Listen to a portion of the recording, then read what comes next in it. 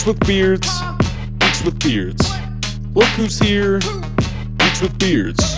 No need to fear, we're right here. We got beards, so listen clear. Geeks with beards, geeks with beards. Look who's here, geeks with beards. No need to fear, we're right here. I'm in your ear, so listen clear. No one else doing it like us. Also, we just might cuss, just cause. No, we ain't playing, and we're just saying, and we're making a podcast. It's cool.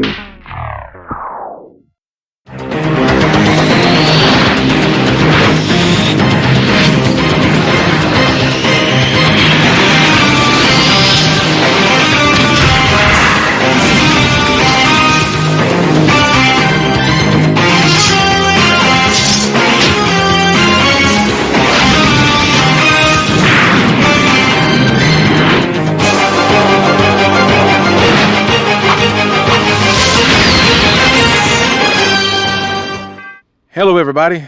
This is episode 13 of the Geeks with Beards podcast. Today, we'll be covering the very first issue of The X-Men from 1963. Before we get into that, what's been going on since our last episode, man? Shows and all that good stuff. But I did read 2 comics today. You should be proud. Hell yeah, man. 2. We whittling that collection down. No. No. This is like the one step forward, 72 steps back. Oh, okay. Since we're talking about X-Men, I did read an X-Men comic. Oh, okay. Is it the new Uncanny X-Men series? Yes, Okay. the most recent Uncanny X-Men, number 1. Nice. So this takes place after the Krakoa stuff that just happened. I like the cover of it. Yeah, art's pretty good. And I don't know if you noticed this, but Gail Simone wrote it. Oh, nice. Yeah, so a call back there. Yeah. Story so far. Okay. The team is Wolverine, Rogue, Nightcrawler, and Gambit. Okay, as the cover is kind of showing us there for a second. Yes. Yeah, awesome. Yeah, the art's pretty good. So at the beginning it starts with the school.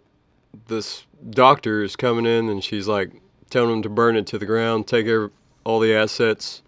Well, now, why would we burn down the school, man? Let me rephrase. She's telling them to burn everything that involves the X-Men, and she's wanting to turn it into a prison. Okay, so turn Xavier's mansion into the prison. Yes. Yeah. Okay. A mutant prison or regular prison? I don't know. Oh, okay. It's kind of vague, and I'm not familiar with the character that's the doctor. Okay. So we shall see. And now, is that Jubilee's hand I see on the cover there too? Right there? Maybe. She wasn't in the issue. Okay. It just kind of looked like maybe. Okay. Yeah. That's cool. Basically, the Wolverine and Rogue, they kind of hook up to deal with this dragon. Ooh. Yeah. Who has this eye who can, like, see their future, and it's kind of weird. They're starting off the oddball kind of thing right off the bat, ain't they? Yes. It's number 1 issue. Yes. This is, like, the more supernatural, like, Okay, cool. exotic X-Men type stuff. They do go see this child, and it's almost... It makes you feel like a Make-A-Wish thing, because he's like a huge X-Men fan. Okay. So they walk in, they're going to give him a jacket, just say hey. As soon as they get in there, Wolverine's like, something's not right. He's like, press the blue button. And like 2 seconds later, like Rogue's right beside him, and he starts having like a heart attack, or a stroke. It was a stroke, yeah. Damn. Dies. He's 12 years old. I wonder with Logan's senses, could he tell? I guess he could sense the heart. I was going to say maybe he could hear something or, smell something maybe. Okay. Which in this, Rogue can touch people. So I'm not sure when that changed. Oh. But at the end of the story, they find these younger kids, and I guess we'll find out what happens after that. Okay. All right, it's okay. That's not too bad, no. But the second book I read. What we got over there, my friend? Detective Comics number... Detective Comics. 1090. Okay. And it's written by one of my favorite writers, Tom Taylor. He's been writing Batman for a little while, has he not? He goes in and out. He was a big Marvel guy for a while. Oh, okay. Cool. But dude, it starts out with a flashback of Thomas Wayne. Mm-hmm. Couple's in a car wreck, so he's, getting ready to go save them. Mm-hmm. And the nurse tells him, like, you probably shouldn't save that guy. It's like, did you look at the girl? She had, like, other bruises and stuff on her. Ooh. Okay? He's like, I save everyone, pretty much. As we learn in reading Long Halloween, he'll save anybody. Yeah, that's his mission. It's like we save everyone. Yeah. Okay, well, fast forward to present day. Bruce is kind of dealing with a similar situation. Okay. Well, we flash back to Tom, and the girl, she's getting ready to have the baby. Okay. She has a baby, and she's like, I don't want it. Take it far away from him. And she goes, if you truly want to save lives, you'll take this kid away from me. Ooh. Because I guess the guy was that bad. Okay. I'm assuming that it's his kid, though, right? Yes. Okay. They call some people to help the wife and the kid. Probably like a DHS kind of thing or something. Yeah. Okay. Like, okay, so Bruce is... when they flash forward, Oracle is working with Bruce, but she's not... It doesn't look like she's crippled in this. Okay. So she's still around. I was curious about Barbara, if she was still calling herself Oracle or not in the newer stuff. I was wondering about that. Okay. So at the end of the issue, it does the final flashback with Tom. The guy's breaking out. He's like throwing a fit. He's like, I'm not staying here. You know, apparently the surgery was a success on him. Mm. Thomas did save his life. Of course. Okay. Well, he gets out and you find out it's Joe Chill. Oh, shit. Yeah. Damn, man. Okay. So he saved his own future murderer. Yes. Wow. Yeah. I wonder if... Wow, that's crazy, man. It was amazing. It's like, I hope this is like the first part of the story, so... Okay. Yeah. They've got to keep going on with that a little bit. I mean, you don't have to... We know eventually what happens. Yeah. But it'd be cool to keep a kind of... bring back either the mother... or find out what happened to that child. Yeah. Did the child grow up to be somebody important maybe in the Batman universe? Maybe. Or will they become somebody important in the Batman universe? Now, did we find out the gender of the child? That way kind of give you an idea of who to look for if a new character pops up maybe? The girl didn't want to name the child. Okay. That way she didn't get a connection to it. Yeah. Because she wanted to give it up. I understand. But okay. the DHS people, they're like... We'll take care of you. We'll take care of both you and the child, so don't worry about that. Go ahead and name it. Okay. So I guess she kept the child? Yes. Did she end up keeping the child? Okay. I'm guessing the child and her are gone by this point. Probably, yeah. I'm just curious if they were to do anything else with that, maybe if a new character was to pop up, could it possibly be that child, maybe? That would be cool. Because I would assume maybe... if she knew who the guy was, I'm assuming she knew who Thomas was, that maybe she told the child, you know, hey, look, this guy saved our lives and, you know, all this. The woman's name is Evelyn. Evelyn. Present day story. Yeah. Bruce is invited to attend this party by somebody that used to work for Wayne Enterprises. Okay. Well, it turns out she's been working on a medical thing to... They call it like the Holy Grail or the Grail type of situation. Right. But it's supposed to de-age you. Oh, fountain of youth kind of thing. Yeah. It's almost like a blood transfusion type deal. Sounds kind of Ra's al Ghul, Lazarus Pit kind of thing, and maybe? And Batman's like, you know, through the whole comic, Oracle's like, you're getting pretty old. You're not as spry as you used to be. Okay. So it's kind of messing with his head. He's like, all right, well, this isn't magic. This isn't... this isn't a Green Lantern ring. He actually says in there. Damn it, Batman. He says it's not like, you know, radiation or anything like that. He's like, this is a natural medical. It's like, I might consider it. Interesting. So, yeah. It's kind of odd, though, that they would talk about him being old, because was it not New 52 or Rebirth 1 where he had this machine in the Batcave that kind of revitalized him or something at one point? Yeah, I don't remember. I feel like that happened somewhere back then, but I could be wrong about that. But it is kind of cool, though, that they're kind of, I mean, it may not be the first time, but mentioning him aging now. Yeah. You know, because normally how comics are, they don't really age the characters and stuff, really. Which, honestly, they should. That way they can change out and get new characters. Well, that's true, because I think they have been or did do that with Constantine. During his Hellblazer books, I think they aged him in real time or something like that. I think it was. That would be neat. I think they should do that. That would be cool. I mean, again, you've got Damian. I'm assuming he's still around. Mm-hmm. I mean, again, he could pick it up if they did ever age Bruce out and him pass away or something. You know, let Damian pick it up. So I think that'd be more interesting. Or Grayson could come back in. I mean, I know. Whatever. Fuck Grayson. You know, he was Batman for a while. So yeah. That is a good comic. Dude, that sounds really cool. That they're bringing back the Joe Chill and, going back to that kind of origin thing. They have to be going to do something with the lady and the child. They have to. I'm guessing it's going to be like a Court of Owls tie-in. Yeah, they can't. I mean, I'd hate to see them just pop it in there just for the hell of it and not do anything with it. I hope they do something more with that. Because like we talked about in the other Batman comic that I was reading, the Court of Owls is in charge of the mayor's office. And everything's different there, too. Yeah. Riddler's basically like he was in Batman Forever, got his own business started up and all that stuff. Like, it's like the Batman universe is getting shook up, seems like, since we've read it 12 years ago or whatever it was. That's crazy, man. It's really interesting. I say that's what you need to do. That's how you keep your comics fresh. That's how you keep your fans coming back, is you do stuff like that. Yeah, change it up, but like not in a like. Don't do a crisis every couple of years.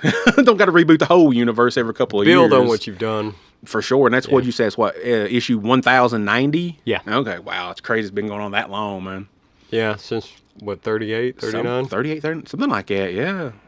So what have you been up to? Again, not reading as interesting as stuff as you have. I read a couple books myself since the last episode. I read a newest issue of Transformers, and it's pretty cool. Starscream got injured in the previous issue by Soundwave. So you find these couple of guys pick him. They find him, and they work for the Mars company, which is Destro's company, and they basically fuse his upper half to a Hisk tank. So, and they got it's a Cobra tank. Okay. I'm sorry, it's a Cobra tank. Sorry, I'm not familiar with G.I. Joe. No, you're good, man. But so when you look at him, it's his upper torso sitting on top of the Hiss tank, and they've put bombs in him because they want to use him kind of like a weapon. And they say, look, if you get out of line, we got bombs planted throughout your body. We'll just blow you the hell up. And Starscream's like, well played, basically. And I feel bad for him in the first part of the issue because the guys have remote control.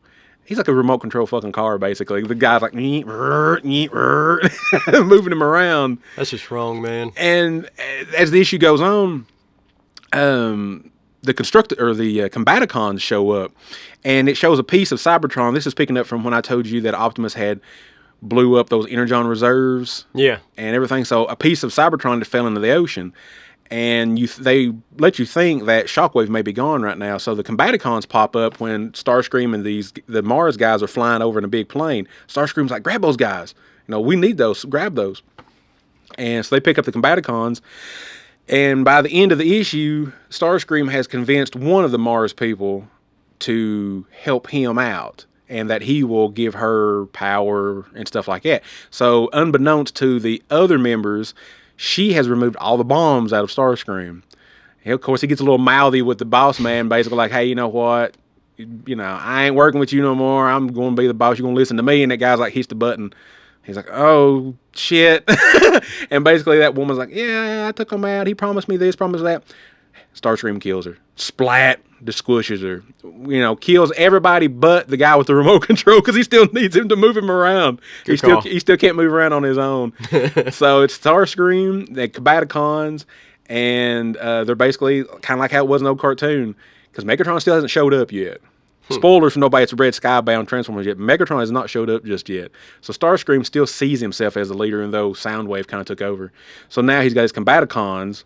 So next issue, the cover showing Bruticus, which is the Combaticons' combined form, like getting ready to step on Optimus. So it's going to be great, I think, because in the old cartoon, that's what Starscream did. He created his own team. He created the Combaticons. That's right. I do remember watching that. Yeah, but of course, in the end, Megatron beat him and, took over again as leader. That butt munch. Yeah.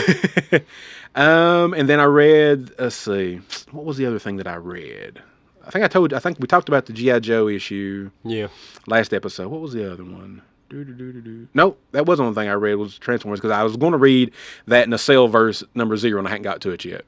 So we'll talk about that one next issue. And then TV-wise, real quick, I've been trying to catch up on Superman and Lois because the show is over with now. The series finale was Monday. So I'm halfway through season 3. And I think I spoke about it a little bit before. This show was amazing. Penguin's great. I think this show is equally as great. Some people may not believe that. It's different tones, of course. But now with that show ending Monday, there is no more DC on CW. That's crazy. That's gone. That era is finished now. There's no more. And technically, the first season, they tried to connect him to the Arrowverse because Diggle was there. Yeah. But then in the second season, they kind of went away from that and act like, oh no, this is a variant of Diggle on this Earth or something like that. So they kind of separated themselves. They should have just made him Green Lantern. Well, they thought they were going to that way at the end of Arrow, but never happened. So yeah, so no more DC on the CW. It may come back one of these days with a new show. It may not. I don't know. Rest in peace, Smallville. Hey, it's what somebody posted on Facebook. They said it started with Superman, ended with Superman. That's kind of cool. So, but if you haven't checked it out yet, listeners, definitely check out Superman and Lois. It's a great show. Tyler Hoechlin does a great job, I think, as Superman. I really do. So The humans must be crushed, and I have the power to do it. we'll jump into this now. Issue 1 of X-Men from 1963. I've never read this before until for this issue, or excuse me, for this episode here, man. I love the artwork. Of course, it's Jack Kirby, written by Stan the Man Lee. So basically, we open up with, we're at the mansion, and we've got some inner monologue here. Kind of, I guess it's Stan Lee kind of letting you know, introduce you to these characters and everything. Yeah, they're in the danger room. Oh. That's what that is. I don't remember him saying that, though. They don't. Okay, they don't. It is. Okay. It looks like it's just a living room or something. So Professor Xavier, he's sitting in his chair. Nice little recliner here, this blanket and everything over his leg. He, of course, telepathically calls to the X-Men. He's like, "This is Professor X calling." He says, "Get here now for your training lesson. Tardiness will be punished." All right, first of all, Xavier's a butthead in this issue, man. He's very strict. He a butthead. hey, they got a war to fight. What if one of the guys, and at this time, listeners, we only have Beast, the Angel, Cyclops, and Iceman as members of the X-Men at this moment. Now, what if one of the fellers was in the bathroom and he yells at him and says, "Look, you better get here in 5 seconds or I'm going to do something to you." Now, come on. He should already know they're in the bathroom. He should. But with this attitude, I don't know. Hey, sometimes you got to... Sometimes you just got to go, man. You got to pee your pants, man. So, we see a panel here. All the guys are coming around him. Introductions. Cyclops, President accounted for. Iceman, right here. Angel reporting. Beast comes through a window. And so they're starting to do their training session. But before they start doing that, Angel and Cyclops are getting the professor all nice and tucked into his chair. They recline him back. They put his blanket over him and stuff. I'm just like, you're not slaves, man. This is 1963. I know. It was a different time. I know. And we'll get on that a little bit more later, too. So they're getting ready to go. Iceman's playing around with Beast, freezing his arm up. And Beast is like, man, he's like, come on. He's like, I like ice cubes, but I like them in my Coke, not on my arms. And if you don't know, this is before Beast ever became the blue furry one that we know. He's still human, just with really big feet. Yeah. So, and when Angel speaks here a couple of times, for a minute, I thought he was British with a couple of the phrases that he used. He said lads and old boy or young man or something like that. It made me think almost British, even though I know he's kind of rich, upper echelon, I guess. Maybe that's how he speaks, I guess, maybe. But when I first read this, I'm like, wait, was Warrington British in this? I'm like, nah, it's just that rich talk I guess he's doing, The Upper East Side, man. And again, this being the first issue, they don't touch on him being wealthy, but I assume he probably is, because usually he's always known to be the wealthy one in the bunch. They'll actually touch, he'll get his own series after this book ends. So yeah, they're playing around a little bit. Professor, he's like, basically tells them to get with it and start doing their training. So they're just doing various things. Beast is doing a lot of acrobatic stuff. He's jumping around. He's jumping through rings. He's doing this balancing act. And this is I thought was really cool. It's almost like a giant antenna or something. And he's doing a handstand one-handed, one finger. And then it starts bending. And Xavier's like, okay, you're doing good. All right, now take it to one finger. Stay balanced. Okay, now it's going to bend. It's going to start giving, but now you stay balanced. And then he's like, basically jump off of it and land on your feet real quick before it snaps back and hits you, and which Beast does. He lands on his feet. Angel's kind of doing his little whoopsie daisies flying around. Professor's still talking to him, and he's doing all the talk to him telepathically. Yes. He's not verbalizing anything at this moment. He's doing it all telepathically, which is a normal thing Xavier would do with him, He's putting him through the paces. And I guess again, you've read more than this than I have. I only read this first issue. I'm guessing they've been X-Men for a decent amount of time. I guess when we first open this issue up and read it, I guess. It's kind of like the Ninja Turtle situation where like they've been training. Okay, yeah, but they this is don't- the first time they actually fight somebody. They come out. They come out. Yeah. Yeah, that was something. I'm going to touch on that in a minute, too.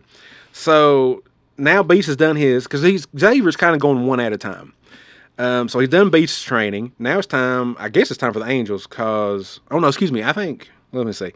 What does it say? Okay, he's talking to the Angel. He says, you are receiving my thoughts clearly. Good, now be sharp. Today we test your wing reflexes.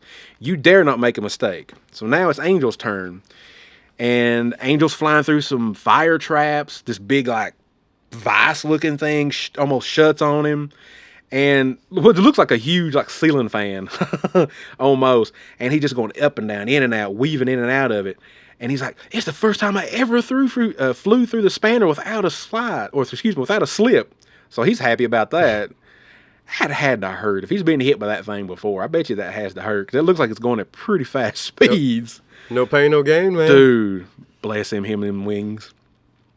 So Warrington goes through his paces, his training, and he's a little overconfident. The professor tells him, don't be overconfident. Always keep your eye on the ball, basically. Always be, know your surroundings and everything. And there's like a bright flash, like a concussion blast or whatever, kind of takes him off his guard, and he's getting ready to crash to the ground. And Professor basically tells him, flap your wings, keep flapping, keep flapping, keep flapping. And he does. Because, like you see Bobby standing underneath, Iceman standing underneath him. It looks like his hands is ready to make him like an ice sled or something like that to come down on or something. But Warren keeps flapping his wings, and he eventually gets the lift that he needs, and he's back up. He keeps flying. And Xavier praises him. He's like, yes. He's like, you're finally beginning to master the hovering technique. I'm like, mastering it? Man, should have done. No, I'm just kidding. No, I say it is hard to hover. Now, Angel's done his training, so now it's Iceman's turn. And we find out that this one, I don't know if this has been true in later versions, Iceman is the youngest member. I think they said he was like 16 years old. Yeah, I at think this that's time. true in every version. So I wondered, would Warren or Beast maybe be the oldest? Scott. Scott's the oldest. Yeah. Okay. They may touch on it in that issue. But They yeah. might have. I just remember for sure they did say he was the youngest and he was like 16 years old. Iceman was. I think it goes Scott, Angel, Beast, And then Iceman. Bobby. Okay. Yeah. And if nobody's ever read this issue, Bobby, when he's Iceman, he looks like a snowman. Looks like Frosty the Snowman. He does. He looks like Frosty the Snowman. And he does pull a little Frosty little gag here on the professor and him Yeah. before the training starts. They play it up. Which I thought was funny. Yeah, he's not the smooth, glass looking Iceman that we know from the 80s cartoons or the comic books like this. So when he started out here, they drew him just like a snowman. But no features, not really any eyes or any nose or any mouth, just all ice, or excuse me, all snow looking. Only thing on him is his boots that are distinctive. He's got boots on, that's it. That's odd he'd have to have boots. I but- know, right? So basically, before he gets started on his training, he's like, I'm going to do a little trick. He's like, hey, they want to treat me like a kid, I'm going to act like a kid. So he gets him some buttons. He gets him a hat, a broom, a carrot, and he turns around. He's like, ta-da, look at me, I'm a snowman. And then boom, here comes Beast throwing a damn bowling ball right at his head. Just boom.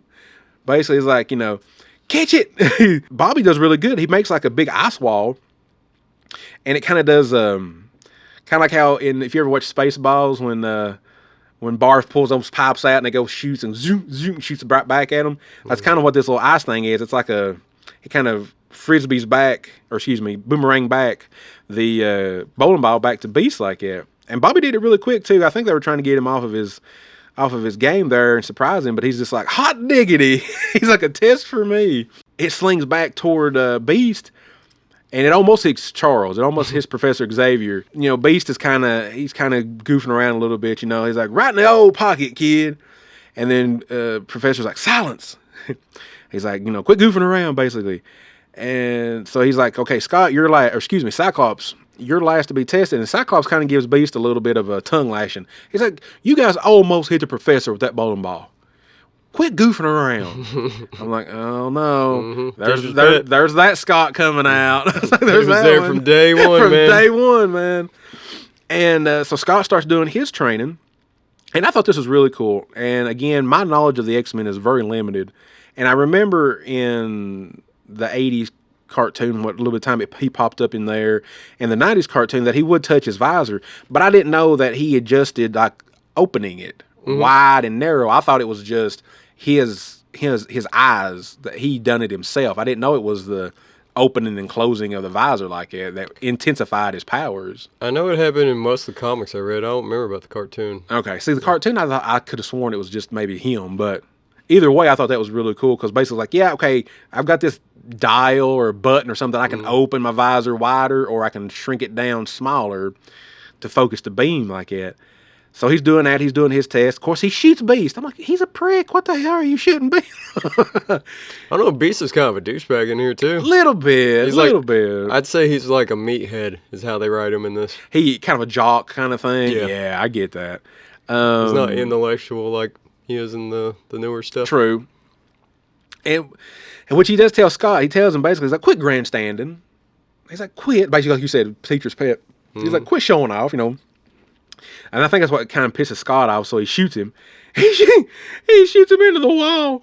And Beast he's knocked him into the wall like that. So Scott hit him pretty hard. Not enough to kill him, but he hit him pretty hard. Bobby's put a big ice cube around him. So now Scott's test is basically to see, can he bust through the ice cube? And he does. It takes him a few minutes. And Bobby's like, oh, you're not going to be able to get through here. You can't do this. And he does. He just keeps intensifying his beam. And he keeps, of course, this is where he says that he's going to widen the visor so the beam is more stronger against the big ice cube. Of course, he takes out Bobby. He hits Bobby. And then all four of them start getting into a fight. They all just start getting into a fight. And, of course, the professor, he yells at him. He's like, this is enough. It's like, lesson is over. You know, different matters, or, you know, return to your places. It was, I'm like, your places? Oh, you mean your rooms, I guess. You know. And which I get it. Again, Bobby's 16. The other ones are 20s probably, so they're still young I kids. think they're all like 19 and under. Okay, so they're all still teenagers. Yeah. Okay. So Professor, he's like, look, basically he's like, cut your shit, quit goofing around. You know, we've got a new student's going to be showing up today. It's a young lady. And they're all just like, what? A girl? And it ends up being Miss Jean Grey. Marvel Girl, as she's known here. And she's known as Marvel Girl probably for a good little while in comics. Yes. At the time. Probably till Claremont takes over. And then he drops that and just calls her Jean, I guess. When she becomes the Phoenix. The Phoenix, okay. Yeah. So they all rush out they're on the second floor of the mansion and they go out to the balcony to watch her show up. Kirby can draw a lady pretty nice. I mean, she looks really nice. She's got long red hair. She's dressed real proper, you know, the dress on, the overcoat with white gloves, a little hat, you know, very 60s, of course, you know. Yeah. So very, very proper 60s look for a lady. Mary Jane was in Mad Men. This is what you got. I was going to say, yeah, you could definitely see possibly a little Mary Jane look to her, you know. She shows up, Professor introduces himself, and she's like, what kind of school is this? And he's like, I think you already suspect what kind of school it is. So they have a little conversation. The guys, they've got out of their costumes, and they're all dressed up now. They're all wearing, you know, nice outfits. You got Beast, and you got Bobby. He's in his human form now. And as the professor is introducing them to Jean, he doesn't call Scott Scott. He calls him Slim. Aha! So that's where it came from. See, I always thought Slim was just a nickname. But this whole first issue, it's always just Slim Summers. Not Scott, just Slim. I'm like, well, son of a gun. I was like, that was all the way back in the very beginning of the series there. And at one point, they italicized the word astonishing. That becomes a comic later. They italicize the word uncanny. They do, toward and the that end of it. becomes the title later. Yeah. Xavier is introducing the guys to Jean. So it's Bobby Drake, nickname Iceman, Hank McCoy, the Beast, Warren Worthington III, called the Angel. And Miss Jean Grey will be known as Marvel Girl, and of course Slim Summers, known as Cyclops. And out of all of them, bless his heart, old Slim, he got him on some plaid pants. Everybody else has got him on some nice suits, you know, or Bobby's got his nice, you know, slacks on and a little long sleeve shirt. But old Slim got him some plaid pants on. I'm like, okay, You gotta stand out, man. got to play up at 60s, man. Okay. So of course they're all enamored with Jean. You know, they're just like, oh, They're horn dogs. They are horn dogs. All 4 of them are horn dogs. And They're all fighting over and stuff. they're all fighting. Yeah, they're hovering around her. And Beast is basically like, now, he's like, how come he's calling you Marvel Girl, Miss Gray? What power do you have? Warren, he's like, oh, she's got one of the obvious power, the power to make a man's heart beat faster. Of course, Bobby, you know, he's kind of standing with a little grin. He's like, yeah, good line, Warren. A good way to shoot yourself in the foot. And she's basically like, you'll learn more about me, boys. Don't worry about that. Of course, Slim, you know, he's being the nice guy. He's being the gentleman. He's going to get her a chair so she can sit down. And he's a little bit of a butthead, the Beast, because he's just like slings the chair toward Jean, and Beast has to jump up out of the way before it knocks him down. And Jean's, oh no, Jean does that with her powers. I'm sorry. She does. She yanks it out of Slim's hands. And Beast has to jump up. So she's not taking any of their crap. You know, she's probably, now would she be the same age or would she be a little older maybe? I'd say she's probably the same age as like Slim or okay, so one of she'd the be older ones. toward the higher. Okay, Yeah. but she's definitely a sophisticated lady that's not going to take any of their bull crap. You know, she'll play around with them, but you know, Yeah, she's not a damsel. no, definitely not. They didn't. This is already for 1963. They've already introduced her as a very strong, independent woman for sure. You know, definitely. So her and Professor, they're talking about, you know, mutants and everything, and about, he calls, you know, the people the X-Men. And this is what I was talking about here. Poor Mr. Kirby drawing Xavier's head. He gave him a little bit of a big head on this page right here. I mean, Kind of reminded me of what was the character from the Hulk? Was it the Master or something like that? I believe his name was. I don't remember. He had like a very large, big large head. Well, that's his power. Yeah, but come on. But no. And it's interesting too. I think that's the panel that talks about like his parents worked. I believe, yes. They worked on the first Atom project. Yes. He's telling Gene, he says, I was born of parents who had worked on the first A-bomb project. Yeah. Like yourself, I'm a mutant, possibly the first. Which is interesting on its own. But then he talks about he was in a childhood accident, and that's why his legs don't work. Yeah. Which is different than what we know today. Exactly, yep. And he tells her his powers. He can read the minds of people. Yeah. And everything. He says, but when I was young, he said, normal people feared me, distrusted me. I realized the human race is not yet ready to accept those with extra powers. So I decided to build a haven, a school for X-Men. Not the X-Men, just X-Men. And then, of course, he's just explaining, here we stay unsuspected by normal people, training, getting our powers, because there are evil mutants out there that will eventually show themselves, that we're going to have to protect the world and protect the human race from the evil mutants. Here's Hank and Warren. They're all still horn dogging it up. And here comes Hank. He's like, let me be the first to welcome you to the X-Men, beautiful. And he's like, Jean's like, whoa. And Warren, he just basically hollers. I was like, Hank, get your paws off of her, man. And of course, hey, Jean takes care of herself. She uses her power, levitates him up, bangs his head against the ceiling. He's like, for the love of Pete. And the other boys are just laughing.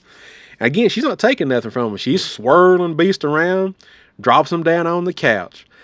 And she's like, I hope I wasn't too rough on him. And Xavier's like, it's okay. Got kind of put them in their place sometimes. And her only power in this comic is that she can move stuff with her mind. She didn't have the... now that is... telekinesis? Telekinesis, I think? Yeah. Okay, telekinesis, okay. And yeah, she didn't have the... She didn't have the telepathy powers yet or whatever, right? Correct, Not yet, okay. So... And here's where Xavier talks about the evil mutants. Basically, he's like, not all of mutants want to help mankind. Some hate the human race, wish them to be destroyed. And they want to basically rule the earth. He says, my job and the X-Men's job is to stop that from happening. Stop these evil mutants. Cut to Magneto. The miraculous Magneto. It says that like 4 times in the He comic. says, he likes to call himself the miraculous Magneto. And he's at a rocket base. Basically, he's going to hijack this rocket and use it to... I think he's going to try to use it to destroy either another base or something. I forgot exactly what he's doing. But he's like, the human race no longer deserves dominion over the planet Earth. The day of the mutants has upon us. The first phase of my plan shall be to show my power, to make Homo sapiens bow to Homo superior. The mightiest rocket of all is about to be launched. Using maximum security precautions, the government feels nothing can prevent its successful flight. And Magneto was like, yeah, I can. And I don't know how he broke into the damn place, but he got in there somehow, and nobody could find him. His power, like his magnetic field powers and all that stuff, because they're at Cape Citadel, which they reference that place a lot in later comics. Okay. It's like, hey, we're better than the humans. Let's just destroy them. Which has been his attitude ever since I've known the character. Yeah. And this is before they give him any kind of backstory or anything. Yeah. So, he's sitting there and he's watching the launch. This rocket's getting ready to happen. And he's like, the miraculous Magneto alone shall make a mockery of their greatest effort. I know in earlier versions of him, he will have a power to control people's minds, but it's not in here just yet. No, it's in issue either 2 or 3 he starts that. Oh, okay, so it's still early on when it happens. Okay. Yeah. I think they're bringing that back, or rumors was they were going to try to bring that back in the new books sometime. Yeah, from what I read, like in those issues, he can boil the iron in their blood to make them... Ooh. I remember he could. I remember him taking the mercury out of that one guy in the live action film. Yeah, that's nasty. He a bad guy.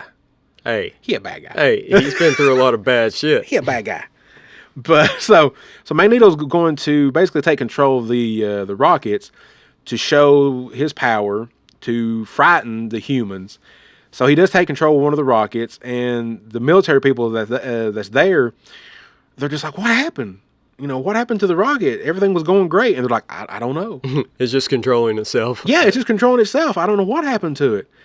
He says, everything was, it was tight. Security was tight. Nothing could get in here. Not even a microbe could have penetrated our top secret security measures.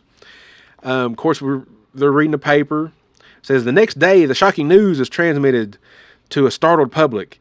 And it basically says, 6 top secret launching fails at sea. So Magneto's done this 6 times. And they still don't know what's caused it. Hey, you gotta work in mysterious ways. Well, he is, that's for sure. And of course his powers, the way it shows here, his powers work pretty far away. It didn't say exactly how far away he is, but it does say he is at a distance. It appears probably like a couple hundred feet or something like that, maybe a mile. Because I don't know if it ever has in the books. You would know there's more than I would, like what his range is on controlling metal objects. Does it change? Yeah. Kind of one of those Superman things where they make him super powerful for a while, then they have to die him down a little bit later on, probably. Yeah. Of course, Magneto's at it again. Another base. He gets control of a machine gun and starts shooting at some soldiers. Doesn't look like he hits them though. So he didn't kill these soldiers. It kind of just scared him away. It's warning shots. Yeah. And he gets control of a tank. And that's really cool because he's just kind of spinning around in a circle, kind of running the soldiers away. Basically, he's instilling fear. And they look up to the sky, and you see that Magneto has written, using dust particles. Okay. We're going to go with metal shavings. Metal shaving, okay. Yeah. It says dust particles, but sure. It does. And that he has skillfully magnetized them into a message. And the message says, surrender the base or I'll take it by force.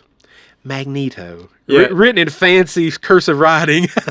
Yeah, people born after like 1997 won't know how to read that, but it says Magneto in cursive. Yeah.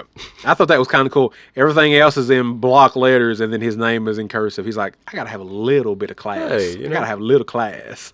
He's German. Yeah, well. So the soldiers that are on the ground are like, Magneto? They're like, who or what is a Magneto? We've never heard of that. And they're like, is this a prank? Somebody trying to prank me? The general's like, somebody trying to prank me? This has got to be some kind of joke. And then, of course, Magneto's standing there, and he's like, ha! They're startled. He's like, element of surprise is in my favor. No, it's not. You just gave him a warning. You're not really surprising anybody. He's like, I'll direct my magnetic impulses to the Energizer to increase their power, and then I'll leave the helpless Homo sapiens to no more room for doubt. He's launching like, what? 3, 4, 5 rockets at one time. He's getting ready to launch them. Mm-hmm. And then he finally shows up at the base. He just walks in the freaking front gate, dude. One of these soldiers, he's like, hold it, Mac. He's like, you're looking for a masquerade party? You come to the wrong place. And Magneto's just basically, he's like, hey, I'm here for a purpose. And you're going to let me in. And, of course, he's using his magnetic powers. And I like how they draw this. It's just kind of like wavy lines. Yeah. It's simple, but I like the way Kirby did it. It gets the point across. It does, for sure. And he's using his magnetic powers to keep them from shooting him with his guns, taking the guns away. And as he's walking, Kirby has drawn those wavelengths surrounding his whole body. Yes. So basically, it's like a magnetic force field, kind of. It's like he's bouncing all the soldiers just off of him. And like they're trying to get on him and stuff, and like he just bounces them off of him as he's walking by. It's kind of like the precursor to his ball. Like, oh yeah, the ball he floats in. That's Yeah. right. Yeah. that's kind of what I get from it. Yeah, because he doesn't fly in this first issue, does he? I don't think so. He just walks, I believe. I thought it showed him above Paul. Oh, he does. Yeah. Yeah, Because okay. of the angel. Yeah, he does. My bad. Okay. So he's fighting all the soldiers off, kind of. Well, not really fighting them, but banging them off with his force field. And the general basically says, he's like, all right, whoever you are, you got something to say. You've got 60 seconds to say it. Wrong, General. I have all the time in the world. And now I, the miraculous Magneto, like third time he said this, claim this entire installation in the name of Homo Superior. Of course, the general, he gets pissed off. He's like, that does it. I'm not standing for this shit. He's like, you're going down. And Magneto apparently he's got the ability to put this force field around other people as well. That's a little bit different. That is different, because normally he would just like wrap metal around somebody or something like Yeah. that. But he's put that force field projected around the soldiers. It's almost like Wonder Woman's lasso. In like, a way, type effect. yeah. And the general, he's like, well, what is this invisible fence? And Magneto's like, that living fence, you call it, is the symbol of my greatest power. It is the mighty shield of magnetic energy. And so now I have accomplished my first objective, gentlemen. Cape Citadel is mine. So now the X-Men know what's going on, and they're getting ready to go fight Magneto. The first time they've ever fought an evil mutant, basically Xavier's like, look, this is your first fight. This is what you've been training for. Training wheels off. This is one of those evil mutants I told you about. So Jean's getting ready. Jean's putting her X-Men outfit on, and it's traditional, the blue and yellow. You got them damn horn dogs again. Yeah. They're looking around the corner as she's getting dressed. Exactly. And they're all like, where did the new doll go? Oh, there she is. Wow-wee. Looks like she was poured into that uniform. And Jean's like, hey, can I not get a little bit of privacy around here? And of course, here's Beast. He's like, easy, gorgeous. He's like, we're just passing by. Don't go getting mad. He's a little bit more horny than the rest of the rest of them is, I think, a little bit. So anyway, Professor tells him, he tells him about, the evil mutant. Like you said, take their training wheels off. He's like, we got to get going. So they're getting ready. Bobby's putting his boots on.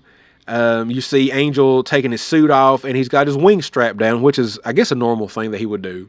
Would strap them down to himself, I guess. Well, he'd have to restrain him so nobody knows that he's a mutant. Now, I would wonder, before he became Archangel, would he always have to strap them down, I wonder? Or could he just control them, muscle contractions, I wonder, and keep them down? I'm curious. I don't know, because they even referenced that in the movie. That is Last Stand. I think so, yeah. Of course, Xavier, he must be loaded because he's got him a Rolls Royce they're driving in to the airport. He's got him a private jet they're flying in. This is way before the Blackbird days. Yeah, that's true. This is a plain jet, a plain Rolls Royce, but it's fancy. I don't even know if the blackjack existed.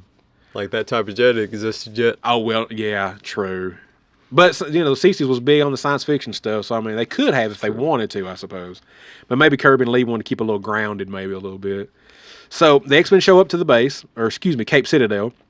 Scott talks to him, he's like, the general's like, look, he's like, with all intents and purposes, he's in full control of the installation while we're on the outside looking in. And Scott says, with all due respect, General, I represent the X-Men. Perhaps we can help. Another soldier says, X-Men? He's like, who's the X-Men? Who are you? And he's like, we're the only ones that probably can stop this guy. He said, we're going to go in there and we'll take care of him. We'll try to take him out. Basically, Scott's like, we'll explain who we are later. Don't worry about it. We're just here to help. That's all you need to worry about. So they show up, tell the general, like, we'll fix this. And the general's like, all right. He's like, we got nothing to lose. And Scott's like, you won't regret it. And he's like, X-Men, attack. So here comes, and poor Bobby. Apparently, Bobby gives off a lot of cold air, I guess, because he goes by two soldiers, doesn't even touch them, and they're just all shivering. One of them's got a little bit of ice on him. And Bobby's like, sorry, guys, passing through. So he must give off a lot of cold air. So Angel's flying through, Beast is jumping over some of the guys. Here comes Marvel Girl. She's using her powers to kind of just move them out of the way. It's like, the soldiers are either just dumbfounded or they just can't move because the X-Men are having to knock them out of the way, basically, to get in there. It's like, move out of the damn way, guys. It's probably Magneto's... Oh, you think he still got that magnetic fence around him, maybe? Yeah. Okay, maybe. Because the way they were standing around him, it didn't look like it, but possibly. So Scott's the first one to interact with Magneto's magnetic field. And he's like, gosh. He's like, he's saying gosh because the professor's talking to him, but the professor's nowhere to be found. He's still, I guess, at the mansion. And he's like, I can't believe the professor can still talk to us. We're this far away from him. I'm like, you just don't realize how strong Xavier's power is right now. True that. So basically the professor, and he's talking to the guys, kind of giving them strategy, but not really. He's letting them make their own decisions, but he's still giving them tips. He's like, hey, Scott, you might need to increase your power on your beam a little bit, maybe to break through this force field. Well, he's coaching them. It's like, this is their first play, you know? True. That is true, yeah. Which later on, you know, basically Scott will become the field leader, and he does his own thing, kind of, you know. So Scott listens to him, and he increases his optic blast, which is, it's not called that, I don't believe yet, but that's what it is, and breaks through Magneto's force field. And what he ends up doing, and this is crazy, I thought the way it was drawn, he does maximum power of his blast, and his whole head is engulfed in white light. Yeah. Yeah, that and was I'm like, weird. so did your whole head just blast him? That's what it looked like. Did it go from the eyes to the whole head? And Magneto is shocked. He is like taken aback. He's like, some power is attacking me. Some power is superhuman as my own. Because apparently he has never fought any other mutant yet either, from what I get from his. No, he's been doing it in secret. So he staggered. He got knocked down a little bit by Scott's optic blast. And it took Scott out too. It kind of knocked him out a little while. But Scott says he can only do this for a few seconds because it's too much pressure on his head. I guess it would cause him to black out, which it kind of does temporarily, because we see that Beast has had to pick him up and carry him as the rest of the X-Men show up to battle Magneto. Well, as they're coming toward Magneto, of course, he's going to fire all these interceptor missiles. He fires like 5 of them at one time. He's like, okay. He's like, so I'm going to shoot these missiles off, see if you guys can take care of them. So they do. You know, Angel, he's dodging them left and right. He dodges like 3 of them at one time. And Iceman, he's just like, hang on a minute. He's like, I'm going to throw these ice grenades, and they better not miss. They're the Angel's only chance, because Angel's, he can go, but he can't outrun them. They're a little too fast for him. Basically, right just as they're getting ready to hit Angel, the ice bombs, those ice grenades, strike them and cause them to hit the ground, but they don't explode, which is a good thing. Yeah. Because apparently it froze the noses, so it kept them from exploding. So he gets about 3 or 4 of them. One missile did not get frozen, and Angel was able to kind of loop-de-loop it, and he dodges it. And Beast catches it with his feet. Beast is like, hey, Angel, come this way. Because the missile's falling, it's like a heat seeker. It's following Angel, so Angel flies over to Beast, and Beast is hanging off like a pole on the side of a building. He's like, hey, bring it this way, bring it this way. And he's like, what are you going to do? He's like, don't worry about it. He's like, bring it this way. So as the missile's coming, Beast, of course, he does his little flip around, grabs it with his big old feet, and then he's holding on to it. He's got some strong feet hanging on to a missile, man. Well, they're huge. I don't know, but I mean, the power behind that rocket. So he's hanging on to it with his feet. Jean grabs it with her telekinetic powers and throws it into the ocean, and it explodes. So they thwarted Magneto's plan with the rockets. And Magneto's thinking to himself, he's like, despite them being young and their inexperienced, they're mighty antagonists. Big words, Stan. Big words. Hey, he likes those flashy words. They're miraculous. He's basically, Magneto's like, I can't make the same mistake again and underestimating these youngsters. He's like, I still have to prove that I am their master.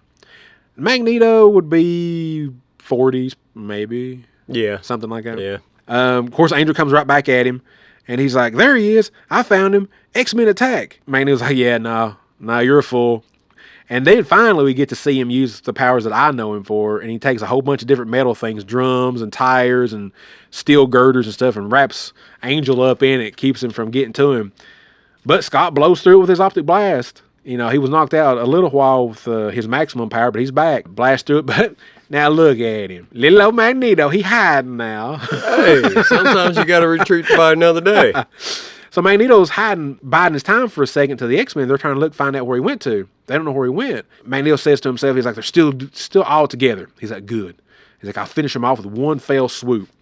And he's pushing, what is that he's pushing? Oh, it's a big rocket fuel tank. It's set on fire, and he just uses his power, and he just launches it at the X-Men. So basically, he's going to try to blow them the hell up with it. It's what he's going to do. Of course, Bobby, and I tell you what, I like what they did with Iceman. I was afraid they weren't going to use him too well in this very first issue.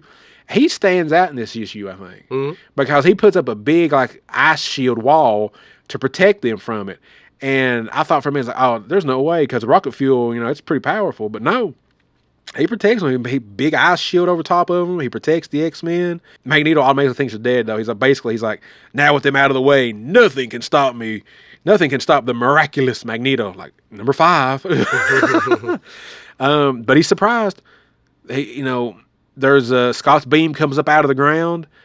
Scott blasts him with the beam. But he doesn't get, it didn't knock him down. He gets up. He does start hovering above the ground with his magnetic powers. Angel comes after him. He's like, you haven't defeated me yet. Then he puts a big wall up again of the magnetic powers. But this time, they're having a little bit of trouble getting through it because, they've been fighting him for a little bit now. They're getting tired. Yeah, I was getting ready to say they're getting a little tired. I don't think Scott can blast through it again like he did before. Not as quickly as he could. But they do eventually, working together, they do eventually get it broke down, or it just Magneto just dissipates it, one or the other. But they get through it. But unfortunately, by the time they do get through it, Magneto's done long gone. He's done retreated. He's done left. Angel's basically, that's what Angel says. He's like, hey, he's gone. But he's like, well, where did he go? And Scott's like, well, with his powers, he could be anywhere. But at least we've beaten him for now. So they go and they talk to the military, the generals. And this is where the general looks at him. He's like, uncanny. Your 15 minutes are not up yet.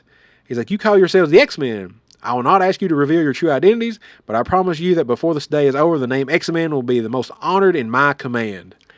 Little did he know. Little did he know. That surprised me because I know the X-Men handles, equality and, to a point, no, I don't know if I want to say racism, but bigotry and stuff like that. But for them to be accepted, this very first issue by the humans, it kind of surprised me a little bit. I kind of thought that element of the X-Men would have started off in the very first issue. Well, you got to think, too, this is their first meeting with public. So true, it's kind of like, ooh, look, they saved us. Okay, they're awesome. And then, true, but being the military, you think they'd be a little more skeptical, especially with Magneto. Even though they did save him from Magneto, they'd be like, aren't you just like the one that just attacked us? How can we know we can trust you? But now this general's like, oh, dude, here, shake my hand, It was the 60s. It was a simpler time. Yeah, but it was a more questionable time, though, too. A lot of people question a lot more stuff, I think, then than they do. Not yet. Not yet, but it will get me. Yeah, sure. Yeah. So Scott's like, well, thank you, sir. And should American security ever be threatened again, the X-Men will be back. So I'm like, okay, so I guess maybe the military would have themselves like a bat phone to the mansion. That's how it comes across, to call the X-Men, So they get back into the plane, and they fly away, and Xavier's talking to them telepathically. He's like, well done, students. You have justified all your long hours of training, all your sacrifices, all our dreams, and now return to me, my X-Men. And that's it. That's how it ends. That's how it ends. And it says here, I'm going to read this real quick. I'm assuming this is Stan. He says, you have just finished the newest, most unusual tale in the annals of modern magazines. But for the best is yet to come. For fantasy at its greatest, don't miss issue number 2 of the X-Men, the strangest superheroes of all. And that's what it says on the first issue. Across the top of it, it says the strangest superheroes of all. Now, that doesn't stay on there forever. Eventually, that goes away. Yeah. But so what'd you think? I like it. I never had ever read the very first issue of the X-Men. I really enjoyed it. Of course, 1963, there was a little bit of stuff that did kind of feel dated, I guess, but it didn't take away from my enjoyment. I loved it. Compared to modern comics, it's very cheesy because that's just the style back then. Yeah, it's the style. Yeah, so if that bothers you and a lot of exposition, because this book's only 24 pages and it took, an hour to go through it? Yeah. Well, I'm a slow talker sometimes too, though. Well, no. Literally, it's a 9-panel format, and there'd be probably 30, 40 words in each panel. Yeah. And plus, you've got your yellow boxes that's basically Stan telling you stuff as well. The exposition. Yeah. Very heavy exposition. Which carried well onto the 80s and 90s comics as well, as we learned with the death of Superman that we covered in our very first episode. So if that turns you off, this won't be a book for you. But if you want to see the origin and how they were portrayed in the first issue, definitely recommend it. It's definitely different than I thought it would be. Like I said, again, with the U.S. military just basically open arm accepting them as heroes. If you guys want to pick up this book, you're going to have to get a paperback unless you're like pretty well off, because the single issue of this, like a 5.5 graded one, will run you about 15 grand. Yeah, I mean, it's worth it. Don't get me wrong, but yeah, that's crazy. If you're a key collector, this is one you need if you're an X-Men fan. This is what that we reread this out of. Shonda's got a paperback. It covers the first 10 issues, and it's called Marvel Masterworks, and I believe it was printed in 2003, if I'm not mistaken. Yes, this is a first printing from 2003. Nice silver cover to it and everything with the first issue on the front. So definitely, I would definitely pick that up. And this if you just want the first 10 issues. Yeah, it's like 15, 20 bucks, and it's glossy paper. If you. Oh yeah. Now I'm assuming that the Marvel has done omnibuses and stuff. Maybe. Yeah, they got all different kinds of versions of it out there. Okay. They started this one. I've got like 2 or 3 collections of these. But Awesome. It's a tape of tonight's news about the detention center attack. Oh, who's the guy? He was once a friend. Why? We met after a war. All right, some history here. Yeah, definitely some history, man. I'm going to read you a description. You tell me if this sounds right. The children are mutants brought together to explore their unique abilities and study in secret at an exclusive school for gifted children, lest they be hated and feared by a world that would not understand them. Yeah. Well, that's not for this book. Not for this book, because the U.S. just openly armed accepted them. Well, besides that. But okay. It's about a group of kids. Well, this is about a novel that was written in the 50s called Children of the Atom. Oh, well, again, yeah. Okay, so some people say that's where Stan and Jack got the inspiration from, but I've watched every interview I could find of Jack Kirby, because there's only like 6. He didn't interview much. He did go to Comic-Cons once in a while, but... Yeah, he's one of those artists, or whatever you want to say, that he's not like I don't know what a word I'm even say. He's elusive, I guess is what I want to say. He didn't do a lot of public appearances. He's the opposite of Stan. Yeah, he didn't like it. He's more of a personal guy, I guess. Yeah, private. We'll go back a little bit. Kirby started writing comics drawing comics in the 30s, late 30s. Okay. So one of his characters was Captain America. Ooh. And this was the beginning of World War II. Right. Like, he's the one that drew him punching a Nazi. Punching Hitler. I think he punched Hitler. Yeah, that's a famous thing. Yeah, punching Hitler. Yeah. So he did all that. And then him and Stan Lee were drafted into the war. Ooh. Stan, he was in charge of the training stuff. Okay. Like the materials, and which if you watch any Stan Lee interview, he's going to repeat the same stories every single interview. And he does it almost verbatim, so he's rehearsed this quite a bit. God love him. But his story was that he was in charge of training. They wanted it to be done faster, so he started doing games to kind of, he worked on the payroll. Oh, okay. They said the morale was getting low, so he had to fix that. Okay. So that was his thing. Now, Jack, he went over, and he was actually on the front lines. Ooh. Like, he was a scout, so he'd go, and he'd look at the place, then he'd come back and draw it for the troops. Okay. So he arrived, like, in Normandy, like, a few weeks after the big invasion. Ooh, okay. So, like, and he's seen some serious stuff, too. Oh, for sure. Yeah. He was talking about, one interview I seen, he was talking about going into a factory. They were taking the factory. And this is his first time, like dealing with Nazis in person. He comes up, and he's like, there's a Nazi in front of him, he has a gun. He's like, what do I do? And he's like, what else can I do? And the sergeant slapped him in the back of the head, and he's like, shoot him. Oh, yeah? Yeah. So right there, point blank. Damn. And then he said there was, like, times he'd see bodies in a row, and half their bodies were missing. Yeah. So, gosh. He's seen some serious stuff. For sure, yeah. When he came back in the 40s, he worked on comics from the 30s all the way up till the 90s. Oh, wow. So he's like one of the longest running ones. Damn. I knew he was pretty prevalent in comic books for a long time, but I didn't know it was that long, though. Yeah. Okay. Him and Stan got together at Timely Comics. That's well documented. They started on the Fantastic Four. Yeah. They did Spider-Man. Yep. They did the Hulk. Yep. And then they did this book. Okay. They also did Thor, too, did they not?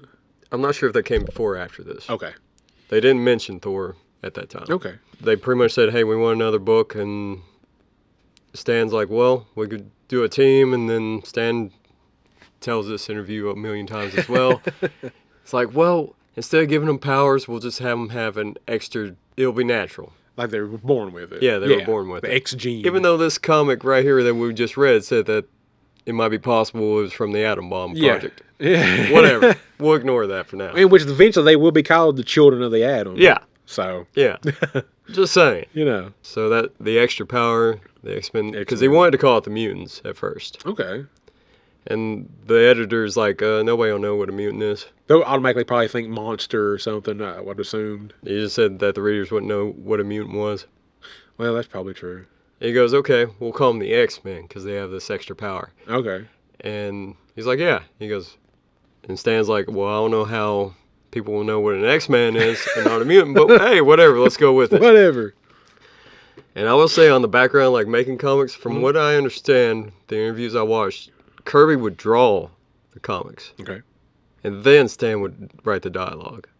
Oh, really? Yeah. Okay, because I always thought it was the other way around, that the script would be written first. Yeah. And then the artist drew to the script or whatever. Okay. Most are that way.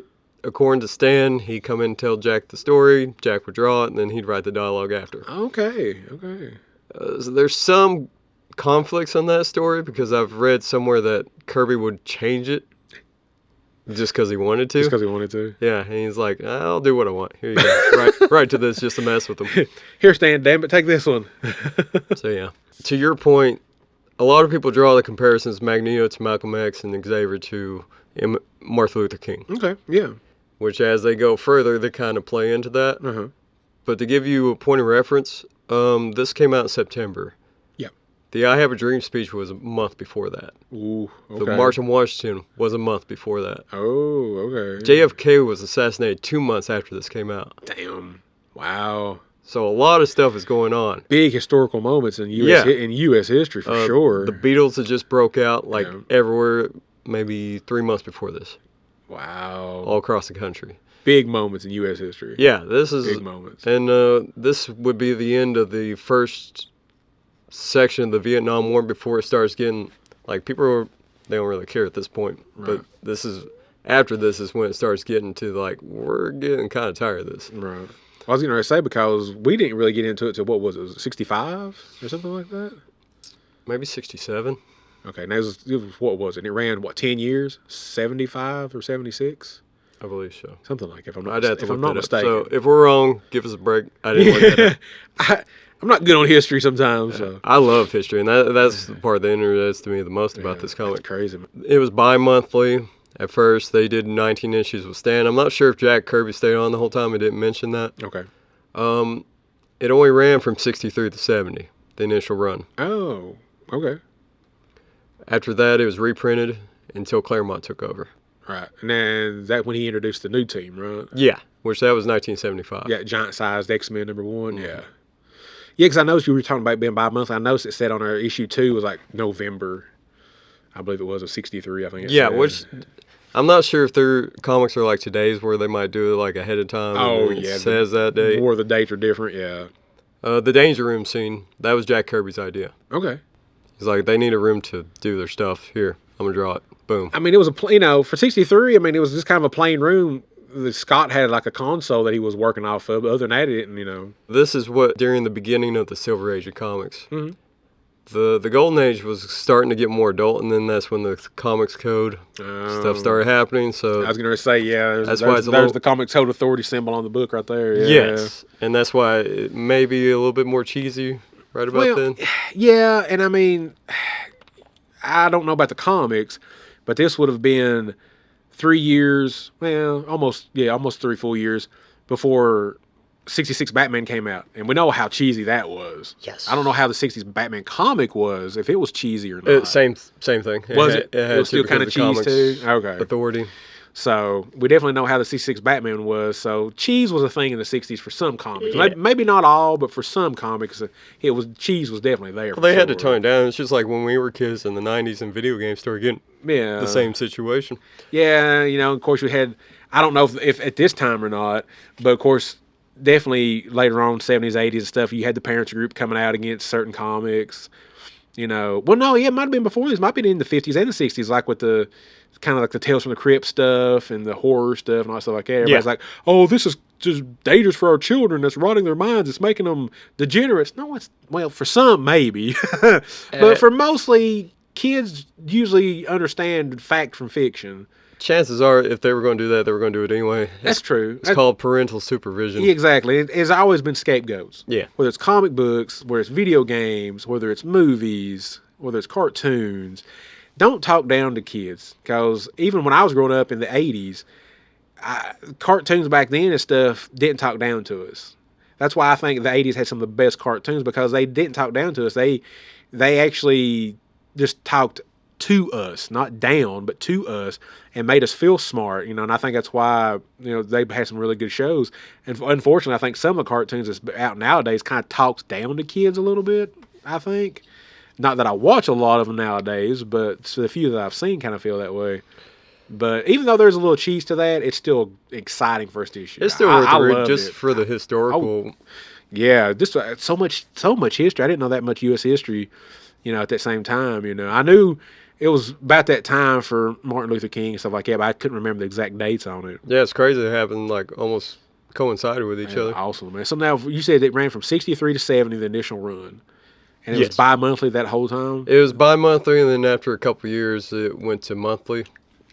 So they probably did, I'm not trying to put you on the spot, but they probably did, what, 7 years roughly? Had to be, what, probably over 100 issues, man? No, it wasn't near that. Oh, it wasn't near that? No, Okay. it was like... well, yeah, the bi-monthly for a little while, yeah, so... Because it's stand in 19, so I'm going to guess maybe 50. Okay. Yeah. And then you said they reprinted them for a while. Yeah. And then Claremont And then in 75 relaunched it, basically, kind of. Yes. Okay. I mean, and that's a good book, too. That Giant Size X-Men #1. I mean, it's a good book, too. You know? One day we'll get to that. But Yeah, because, I mean, that's when you get, was it Colossus, Wolverine, Storm, Nightcrawler, you know, a few other characters, so. Yeah.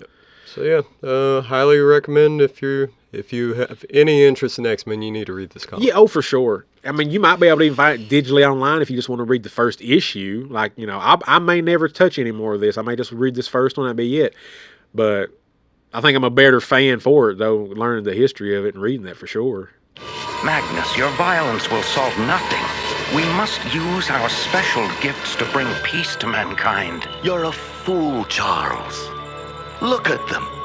They can't even make peace with each other. Let's see, we had one question. Okay. From Michael Paul. He asked what our most expensive comic was in our collection. Oh, off the top of my head, and I've not went through all my stuff because most of mine's modern. Off the top of my head, I think mine would be, I think it's issue 50 of Green Lantern that we covered. Mm-hmm. I forgot exactly where it falls as far as price range goes, but off the top of my head, I'd say that had to be mine. I think it's like worth maybe $50 or $60 or something like that, I think. I may have something that's worth a little bit more, but most of my stuff's modern.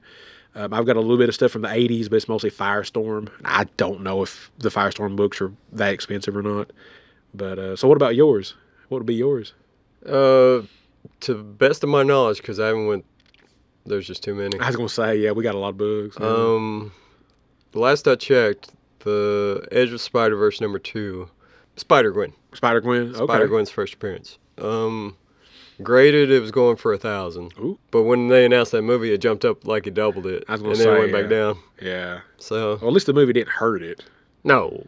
You know, Yeah. sometimes it can, but a lot of times it helps kind of because it brings the character. Oh, this wasn't even like the anime movie. This was just a mention of doing a live action. mention it, like yeah. the next day, it like doubled. Because it brings the character back into the public eye. Yeah. People's like, oh, wait, I remember that character. Cool, she's going to be in a movie or whatever. So, yeah. So, yeah. Makes people want to go back out there and look out for the character and find the books again. That's all it is. Yeah, for sure. Because that's what I do, too. It's like, oh, we're basing this movie off this story. Well, I need to read that story. Well, see, when the MCU started and then Iron Man in 2008, I started collecting Iron Man comics. Yeah. It got me into collecting Iron Man comics, and I did that for I don't know how many years, and then I fell out of it after that. So, real quick, I posted a question on our Facebook, and you put it on Discord. Favorite X-Men /mutant? Now, we had several answers. I'm not going to name anybody, but I'm going to go through a few of the answers that they listed. Nightcrawler was one. Gambit had a couple of fans that posted him on there. Cable, yes. Boo. Had a couple of people. Magneto. Cyclops had one that I seen. May have been more for Cyclops, but I seen one for sure. And I'm like, okay. Okay. Let's see. I think Jean got one. No, not Jean. Scarlet Witch, I believe, got one. Scarlet Witch, Emma Frost. Emma Frost got mentioned. Colossus got mentioned.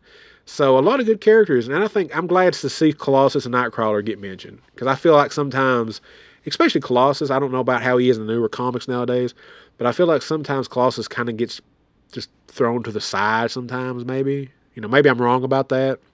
But I always just felt like he was just kind of a character sometimes, especially in the cartoons, because like the 90s cartoons, he only guest starred like once or twice. He was never a member of the team permanently. So, but for me, it was Cable. I was one of the Cable guys. I think he's All right, cool. let's do this a little different. Who's your favorite good guy and who's your favorite bad guy, X-Men wise? See, this is my limited knowledge. Does it have to be an X-Men or just a mutant in general? Just mutant in general. I've probably got two. I think one of them would be Colossus. Probably Gambit. I think I'll say Colossus and Gambit for good guys. Bad guys, again, limited knowledge. Would Sinister be considered a mutant or not? Would he? Okay. Yeah. 'Cause I know the whole genetic stuff he did. Yeah, we're going to count him. Okay, so I'll go Sinister and as much shit as I give him, I'll go with Magneto too, though. I like Magneto. I will. As much gruff as I give you about him and aggravate you about him, I do like Magneto. He is cool. I don't know about how recent stuff has been with him, but some of the stuff I'd read, especially X-Men 97 cartoon, yeah, I like Magneto. He's really good. Sinister's cool. I wish they do more with Sinister. I don't know if they have in the comics or not, but I wish they do more with Sinister for sure.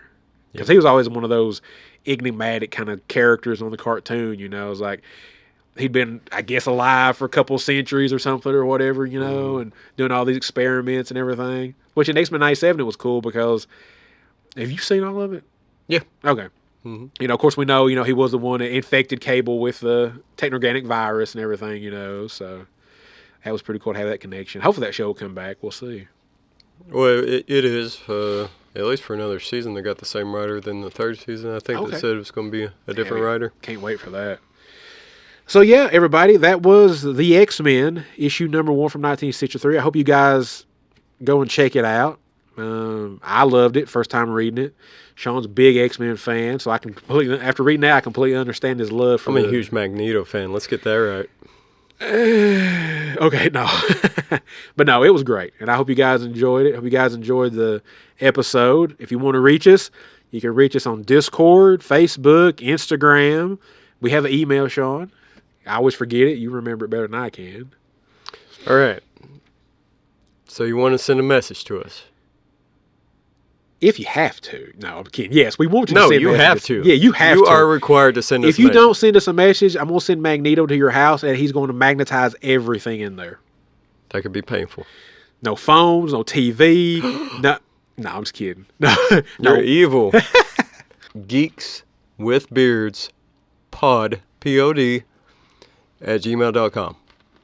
Yeah, and the Discord, it's a great place to meet, to talk to us, ask us anything about podcast or just general questions. Just give Dan shit for liking Cable. I will not accept. No, I'm just kidding. Yeah, that's fine. That's fine. Oh, he'll take it. He'll like it. I will. So, Sean, what do we have for our next episode, which listeners will be our Christmas episode, our final episode of 2024, and it will be We have Batman Noel. Ooh, another one I have never read. Guess what? I haven't either. This will be the first comic neither of us has read. I do like Lee Bermejo. I do like him, though. Is that how you say it? Yeah, I think that's how you pronounce it. Bermejo? Bermejo? That's how I will say it. If I'm wrong, listeners, please correct me. I do like him, but I've never read Batman Noel. His art is amazing. Oh, it looks so yeah, so good. we're looking forward to that. I despise Christmas, but I'll read this comic. Oh, there's going to be so much Christmas in that next episode. It's just, he don't know it yet. No. It's a good thing I edit. Yeah, you are the editor. That's true. So, all right, everybody. That was episode 13. We hope you enjoyed it. And we will see you on the next one for Batman Noel, our Christmas episode. Goodbye, everybody. Geeks with Beards. Geeks with Beards. Look who's here, Geeks with Beards. No need to fear, we're right here. We got beards, so listen clear. Geeks with Beards, Geeks with Beards. Look who's here, Geeks with Beards. No need to fear, we're right here. I'm in your ear, so listen clear. No one else doing it like us. Also, we just might cuss, just cuz. No, we ain't playing, and we're just saying, and we're making a podcast. It's called